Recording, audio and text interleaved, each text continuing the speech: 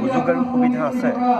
গতিকে চৰকাৰে শেষৰ দিনটোতো হয়তো কিবা কূটকৌশল ৰচনা কৰি আনিব পাৰে, কিন্তু যিহেতু বিৰোধী দলবিলাকে চৰকাৰক এইটো পৰামৰ্শ দিছে কেইখনমান স্পৰ্শকাতৰ বিধেয়ক নানিবৰ কাৰণে, মই ভাবোঁ হয়তো যদি চৰকাৰে সেইখিনিক সন্মান জনাইছে, গুৰুত্ব দিছে, তেনেহ'লে হয়তো বিধেয়কখন নাহিব। আৰু যদি সেইখিনিক চৰকাৰে সন্মান নিদিয়ে তেনেহ'লে কিন্তু এই অধিৱেশনৰে শেষৰ ফাললৈ অহাৰ সম্ভাৱনা এতিয়াও আছে। কেনেধৰণৰ অসুৰৰ আগমন ঘটিছে?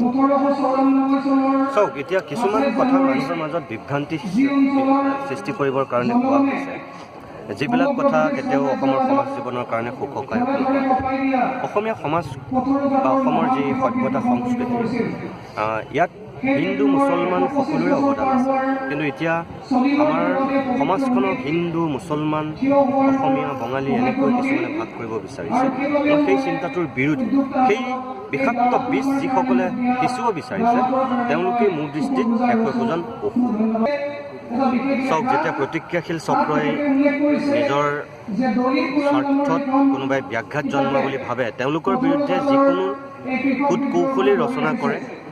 আৰু সেইটো এতিয়া নহয়, সেইটো আচলতে বহুত আগৰ পৰাই চলি আহিছে। গতিকে তেওঁলোকে সেইবিলাক কৰিবই, কিন্তু বিবেকবান মানুহে কি সঁচা কি মিছা সেইখিনি নিজেই বিচাৰ কৰে। গতিকে মই তেওঁলোকে যিটো প্ৰক্ৰিয়াৰে কাৰোবাক মুখ বন্ধ কৰিবলৈ চেষ্টা কৰিছে, সেইবিলাক তেনেকৈ নোৱাৰিব।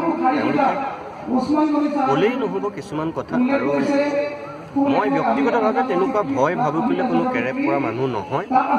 এয়া হিমন্ত বিশ্ব শৰ্মাই হওক, এয়া ৰঞ্জিত দাসেই হওক, যিমানেই শক্তিশালী মানুহে তেওঁলোকে আমাৰ বিৰুদ্ধে কিবা ভয় ভাবুকি নিদিয়ক।